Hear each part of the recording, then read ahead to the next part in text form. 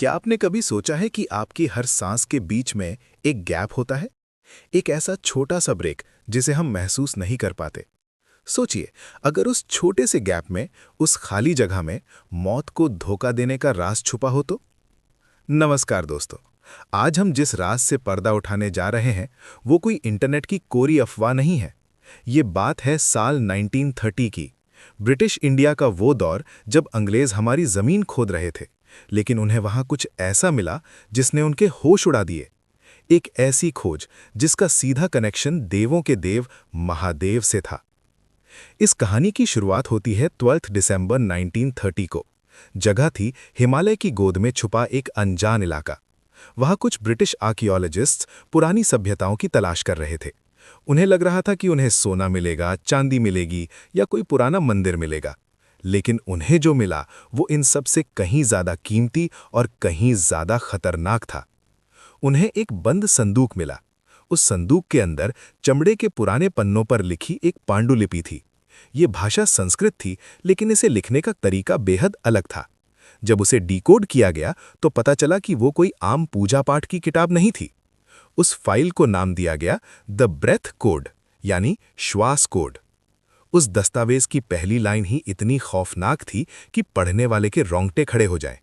उसमें लिखा था, इंसान अपनी सांस की गिनती लेकर पैदा होता है, लेकिन जो इस कोड को जान लेगा वो अपनी गिनती को रोककर काल को भी मात दे सकता है। दोस्तों, हम सब जानते हैं कि शिव ही महाकाल हैं, वो काल से परे हैं। लेकिन क्या शिवजी ने अपने भक्तों के लिए इंसानी शरीर के अंदर ही अमरता का कोई स्विच छोड़ा है? 1930 में मिले वो दस्तावेज यही दावा करते थे। लेकिन सवाल यह है कि अगर ये सच था तो आज तक हमें इसके बारे में बताया क्यों नहीं गया? क्यों जैसे ही ये दस्तावेज मिले इन्हें तुरंत टॉप सीक्रेट घोषित कर दिया गया? और सबसे बड़ी बात, आज वो दस्तावेज कहां है?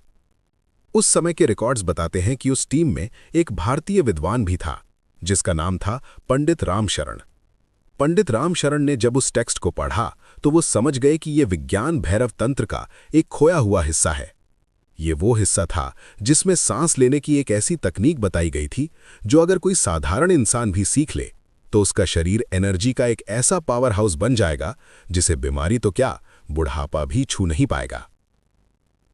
आप इसे ध्यान से सुनिए, क्योंकि अब थोड़ा टेक्निकल और स्पिरिचुअल होने वाला है। हमारे शरीर में 72,000 नाड़ियां होती हैं। ये बिजली की तारों की तरह हैं जिनमें हमारी लाइफ एनर्जी यानी प्राण दौड़ता है।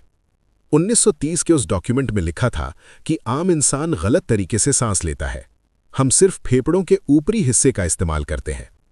लेकिन उसमें एक कोड था, एक पैटर्न था। उदाहरण के लिए 4 सेकंड सांस लेना, 16 सेकंड रोकना और 8 सेकंड में छोड़ना। ये तो बस एक उदाहरण है, लेकिन असली कोड इससे कहीं ज्यादा गहरा था। उसमें बताया गया था कि कैसे अपनी सांस की रिदम को शिव के डमरू की रिदम के साथ जोड़ना है। कहा जाता है कि जब पंडित रामशरण ने इस कोड को अपने ऊपर ट्राई किया तो उनके साथ कुछ बेहद अजीब घटनाएं होने लगी। उनकी भूख और प्यास खत्म हो गई। उनके चेहरे पर एक ऐसा तेज आ गया कि लोग उनकी तरफ देख नहीं पाते थे। वो ब्रिटिश ऑफिसर्स डर गए। उन्हें लगा ये कोई काला जादू है। लेकिन दोस्तों, ये जादू नहीं था। ये बायो एनर्जी का वो विज्ञान था जो आज क्वांटम फिजिक्स समझने की कोशिश कर रहा है। शिव, जो इस ब्रह्मांड की सबसे बड़ी एनर्जी है, उन्होंने हमारे शरीर को भी उसी एनर्जी से बनाया है। बस हमें उसका पासवर्ड नहीं पता, और वो पासवर्ड है हमारी सांस। तो आखिर उस डॉक्यूमेंट में ऐसा क्या लिखा था जो दुनिया के सामने कभी नहीं आया? उसमें लिखा था कि मृत्यु एक भ्रम है, शरीर बदलता है, लेकिन जो सांस के बीच की शून्य अवस्था में जीना सीख ले वो समय को रोक सकता है। सोचिए, समय को रोकना, क्या यह संभव है? अब मैं आपको उस घटना की तरफ ले चलता हूं जिसने सब कुछ बदल दिया। उस रात कैंप में एक अजीब सी खामोशी थी। तारीख थी 14 दिसंबर 1930। मेजर स्टीवंस, जो उस ब्रिटिश टीम को लीड कर रहे थे, उन्होंने देखा कि पंडित रामशरण अपने टेंट में नहीं है। वो बाहर पहाड़ की चोटी पर बैठे थे। तापमान माइनस में था, लेकिन रामशरण के शरीर पर पसीने की बूंदें थी। मेजर स्टीवंस अपनी बंदूक लेकर उनके पास पहुंचे। उन्हें लगा कि ये भारतीय उस कीमती दस्तावेज को लेकर भागने की फिराक में है। स्टीवंस ने चिल्लाकर कहा, पंडित, वो फाइल कहाँ है? लेकिन पंडित रामशरण ने कोई जवाब नहीं दिया। वो एक ऐसी गहरी समाधि में थे जहां बाहर की आवाजें नहीं पहुंचती। स्टीवंस ने गुस्से में उनके कंधे पर हाथ रखा। और दोस्तों, यही वो हुआ जो विज्ञान के नियमों को तोड़ देता है। जैसे ही मेजर ने उन्हें छुआ, उन्हें बिजली का एक इतना तेज झटका लगा कि वो कई फीट दूर जाकर गिरे। ये कोई 220 वोल्ट का करंट नहीं था, ये बायो इलेक्ट्रिसिटी थी। वो ऊर्जा जो उस श्वास कोड का अभ्यास करने से पंडित जी के शरीर में पैदा हो रही थी। उस वक्त पंडित रामशरण ने अपनी आंखें खोली। उनकी आंखों में वो शांति नहीं थी जो साधुओं में होती है, बल्कि एक आग थी, रुद्र की आग। उन्होंने स्टीवंस की तरफ देखा और सिर्फ एक लाइन कही, तुम कागज तो चुरा सकते हो मेजर, लेकिन उस सांस को कैसे चुराओगे जो हवा में नहीं बल्कि तुम्हारे ही अंदर शून्य में छुपी है। अगले ही दिन वो दस्तावेज गायब हो गए। ब्रिटिश रिकॉर्ड्स कहते हैं कि वो फाइल जल गई थी, लेकिन सच्चाई कुछ और थी। कहा जाता है कि उस फाइल को सीक्रेट सर्विस ने जब्त कर लिया और लंदन भेज दिया। क्यों? क्योंकि उन्हें डर था कि अगर गुलाम भारत के लोगों को पता चल गया कि उनके पूर्वजों के पास अमरता और असीमित ऊर्जा का विज्ञान था, तो उन्हें गुलाम बनाए रखना नामुमकिन हो जाएगा। सोचिए, एक ऐसा इंसान जिसे भूख प्यास न लगे, जिसे थकान न हो और जिसका दिमाग सुपर कंप्यूटर से तेज चले। क्या कोई उसे जंजीरों में बांध सकता है? नहीं। इसलिए उस ज्ञान को दबा दिया गया। लेकिन वो ये भूल गए कि सत्य को फाइलों में बंद नहीं किया जा सकता। वो ज्ञान आज भी हिमालय की गुफाओं में गूंजता है। और आज मैं आपको उस कोड का वो हिस्सा बताने जा रहा हूं जो लीक हो गया था। अब बहुत ध्यान से सुनिएगा। हमारे शरीर में सांस लेने के दो रास्ते हैं, बाएं और दाएं, यानी इड़ा और पिंगला। बाईं नाक यानी चंद्र स्वर, जो शरीर को ठंडा रखता है, और दाईं नाक यानी सूर्य स्वर, जो शरीर में गर्मी और ऊर्जा पैदा करता है। आम इंसान की दिक्कत यह है कि उसकी सांसें बिना किसी कंट्रोल के चलती हैं। कभी बायां स्वर चलता है, कभी दायां। हम बस जी रहे हैं, सांस नहीं ले रहे हैं। लेकिन 1930 के उस दस्तावेज में सुषुम्ना नाड़ी को जागृत करने का कोड लिखा था। सुषुम्ना वो सेंट्रल लाइन है जो हमारी रीढ़ की हड्डी के बीच से होकर सीधे दिमाग तक जाती है। महादेव का त्रिशूल देखा है आपने? वो 3 लाइनें यही हैं, इड़ा, पिंगला और बीच में सुषुम्ना। जब प्राणवायु यानी आपकी सांस अगल बगल से हटकर सीधे बीच वाली नाड़ी में बहने लगती है, तब समय रुक जाता है। उस डॉक्यूमेंट में लिखा था, जब सांस न बाहर जाए न अंदर आए और बीच में ठहर जाए, वही वो पल है जब तुम मृत्यु के दायरे से बाहर निकल जाते हो। इसे कहते हैं केवल कुंभक।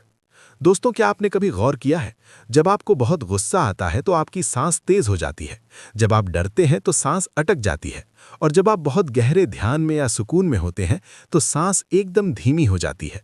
इसका मतलब साफ है, आपकी सांस का रिमोट कंट्रोल आपके मन के पास है।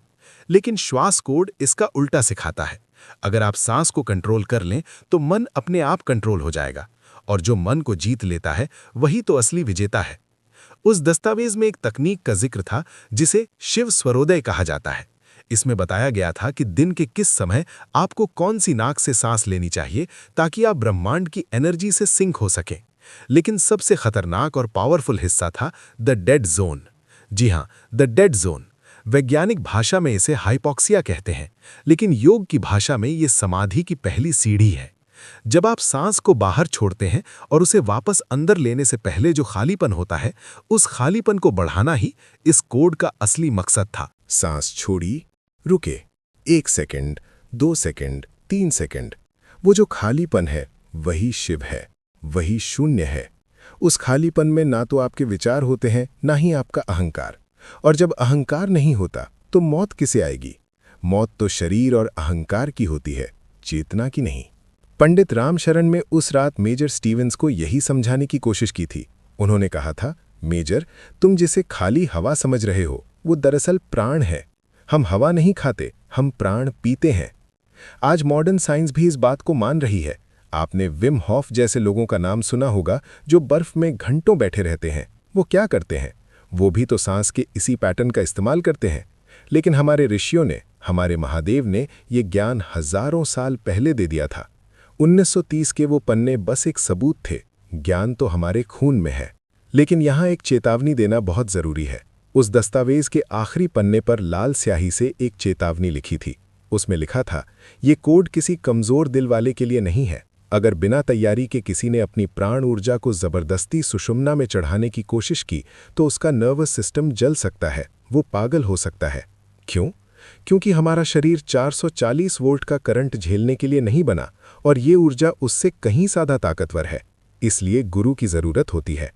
लेकिन आज के दौर में जब हमारे पास वो गुरु नहीं है तो हम क्या करें? क्या हम इस ज्ञान का फ़ायदा नहीं उठा सकते? उठा सकते हैं, और उसका तरीका भी उसी कोड में छुपा था।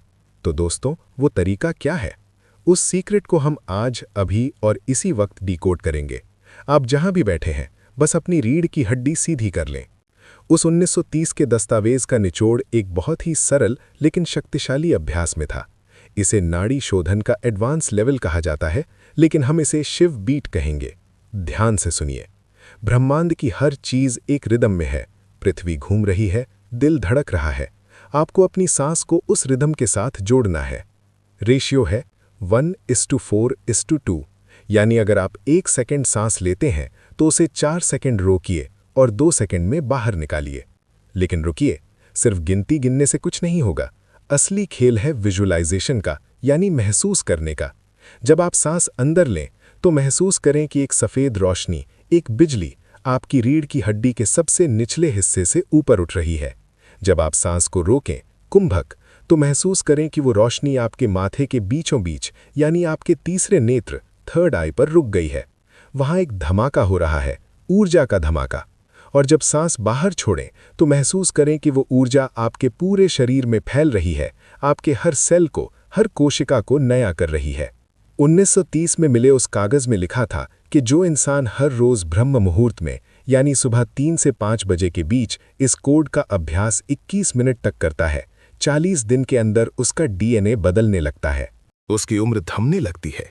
उसके चेहरे पर वो ओज आ जाता है जिसे देखकर जंगली जानवर भी शांत हो जाते हैं। आपको क्या लगता है, हमारे पूर्वज जो 100-150 साल तक बिना किसी बीमारी के जीते थे, वो क्या कोई जादू था? नहीं, वो यही विज्ञान था। वो अपनी सांसों को खर्च नहीं करते थे, वो उन्हें निवेश, इन्वेस्ट करते थे। कछुआ 1 मिनट में सिर्फ 4 बार सांस लेता है और वो 300 साल जीता है। कुत्ता 1 मिनट में 24 बार सांस लेता है और वो सिर्फ 10-12 साल जीता है। गणित बहुत सरल है दोस्तों, जितनी कम और गहरी सांस, उतनी लंबी जिंदगी। महामृत्युंजय मंत्र का भी यही अर्थ है। हम त्रयंबकम, यानी 3 नेत्रों वाले शिव की पूजा करते हैं ताकि वो हमें मृत्यु के बंधन से वैसे ही मुक्त कर दें जैसे ककड़ी अपनी बेल से अपने आप अलग हो जाती है। ये मुक्ति मरने के बाद नहीं, जीते जी मिलती है। और इस मुक्ति की चाबी आपकी नाक के ठीक नीचे चल रही है, जिसे आप अभी महसूस कर सकते हैं। लेकिन 1930 की उस कहानी का अंत क्या हुआ? क्या पंडित रामशरण पकड़े गए या वो गायब हो गए? कहानी का अंत वैसा नहीं हुआ जैसा अंग्रेजों ने सोचा था। उस रात के बाद पंडित रामशरण कभी किसी को नहीं दिखे। मेजर स्टीवंस ने पूरे पहाड़ को छान मारा, लेकिन वहां पैरों के निशान तक नहीं थे। सिर्फ एक चीज मिली थी। उस चट्टान पर जहां पंडित जी बैठे थे, वहां पत्थर पर कुछ उकेरा हुआ था। वो कोई नाम नहीं था, कोई नक्शा नहीं था।